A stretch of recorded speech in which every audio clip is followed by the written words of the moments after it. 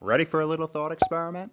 Good. Say you were offered 5 years of cognitive prosperity, meaning a guarantee of strong mental acuity and cognitive performance relative to your potential, and all you had to do is pay 6 months of hard physical, but not dangerous, work up front. Would you take the deal? You got 3 lifelines, by the way.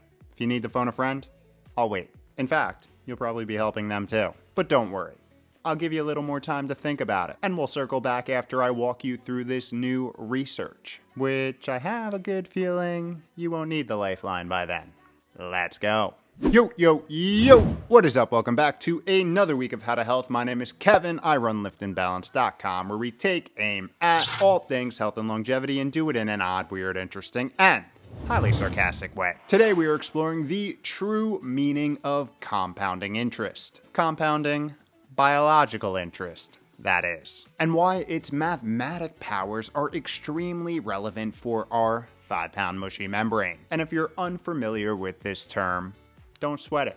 It's really quite simple. Compound interest is a financial saying to describe the phenomena of how your money invested, yielding a small percentage interest, will begin to grow faster and faster over time. This is simply because that interest builds up, adds to your principal amount, and continuously compounds on itself, accruing more interest on a higher principal year in and year out. The biggest variable in this being time. Now, when we apply this concept to our biological world, think of interest as the daily habits you perform. When isolated and done sporadically, they don't really do much. However, when consistent, carried out each and every day, they slowly but surely yield improved cellular and metabolic function. Thus, leaving the owner of the pretty cool meat suit doing them feeling refreshed, restored, and rejuvenated every single damn day, and as a result, delaying disease onset and preserving longevity. Exactly why it's not uncommon to hear me say on one of these powwows that healthy habits compound like interest in the longevity bank.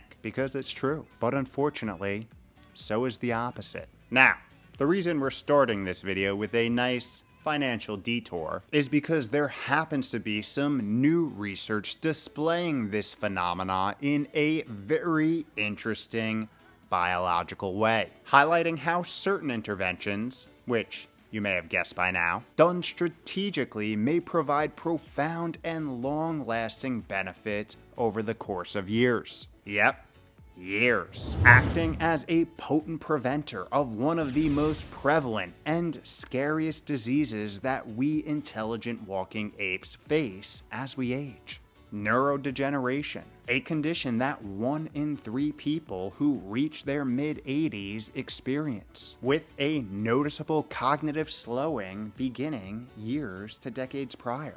So, you're probably wondering, after all this finance and 5-pound mushy membrane talk, what exactly is this short-term hard work that can make a lasting difference? Well, none other than some good old badonkadonking, the best word that we humans have created to describe exercise. What can I say? It's a fact. Let's take a look and see what exactly this new, hot off the scientific street study discovered. Researchers out of the University of Queensland conducted a randomized control study to investigate the effects of exercise in healthy elderly adults, specifically exploring if cognitive function and brain structure shifted following an intervention. To do this, they recruited 151 elderly participants and subjected them to 6 months of either a low, medium, or high intensity exercise protocol, training a few days each week. During this time, and for the 5 years to follow, cognitive testing for hippocampal performance and blood collection to measure biochemical shifts occurred monthly. Researchers even performed MRI brain scans of participants at 0, 6, and 12 months to assess changes in brain structure. Now, as you can imagine, researchers weren't just throwing darts in the dark here. They were building on previous research which displayed how exercise exercise stimulates a series of beneficial biochemical and structural changes in the brain that improve executive function and cognition,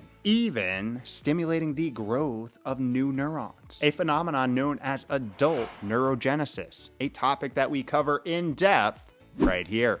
And one of the main areas of impact happens to be the learning and memory center of the brain, the hippocampus. So the question is, did this research show much of the same? Well, although all exercise interventions showed benefits in preserving learning and memory function, one of them really stood out from the rest, as only the high-intensity intervention displayed significant improvements in it, specifically hippocampal function measured by learning and memory tests. And when researchers looked at the MRI imaging, it only backed up the observations, displaying a preservation of brain volume throughout several cortical regions, including the hippocampus, and improved functional connectivity between many of these neural networks. You don't say. Again, something only seen in the high-intensity group. But why exactly?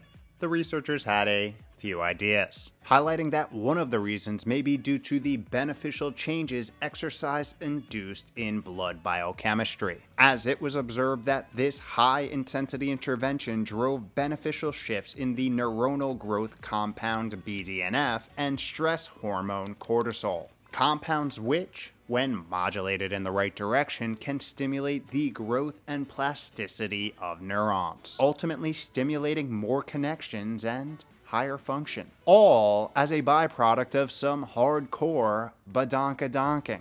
I know, pretty wild. And we haven't even got to the most interesting part. The fact that these benefits continue to be observed in the high-intensity group up to 5 years after the intervention was over, even for participants who stopped exercising. Holy Having the authors conclude, this is the first study of its kind showing how exercise can boost cognition in older adults and not just delay cognitive decline. Pretty cool. But I got a confession to make. This isn't a startlingly surprising finding to me. And if you've been around this channel, you're probably in the same boat. Because we know from all of our other health and longevity powwows, which are linked below by the way, exercise is a straight up longevity boosting beast of an intervention. And here's why. It builds and preserves muscle mass, offsetting sarcopenia, or the natural deterioration of muscle as we age. It keeps us mobile and flexible, two overlooked yet critical components of short-term health and long-term longevity. It also happens to be the best mood-boosting prescription there is, stimulating the release of natural endorphins, opioids, and cannabinoids, which boost mood, reduce anxiety, decrease stress, and alleviate pain. It's one of the best things we can do to improve and preserve mitochondria health, boosting their efficiency, stimulating the creation of new, healthy, strong ones while cleaning up the weak, damaged, and leaky via a process known as mitophagy. It also may literally be the best thing we can do for our heart, systemically improving cardiovascular function across the board, all while reducing stress. And we can't forget what it does to chronic stress's evil cousin, longevity liability numero uno,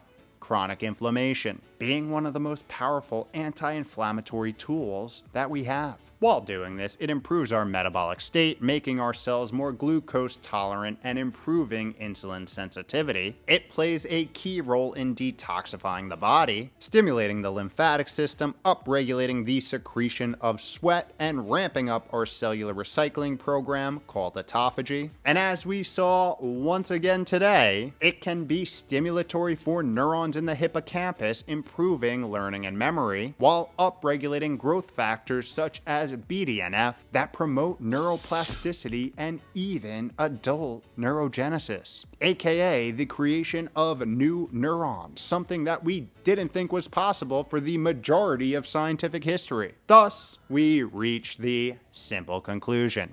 If you have either your long-term vitality or here and now function in mind, consistent badonkadonking is probably a good idea. In fact, it's probably as close to a magic Fountain of Youth potion that we're gonna find.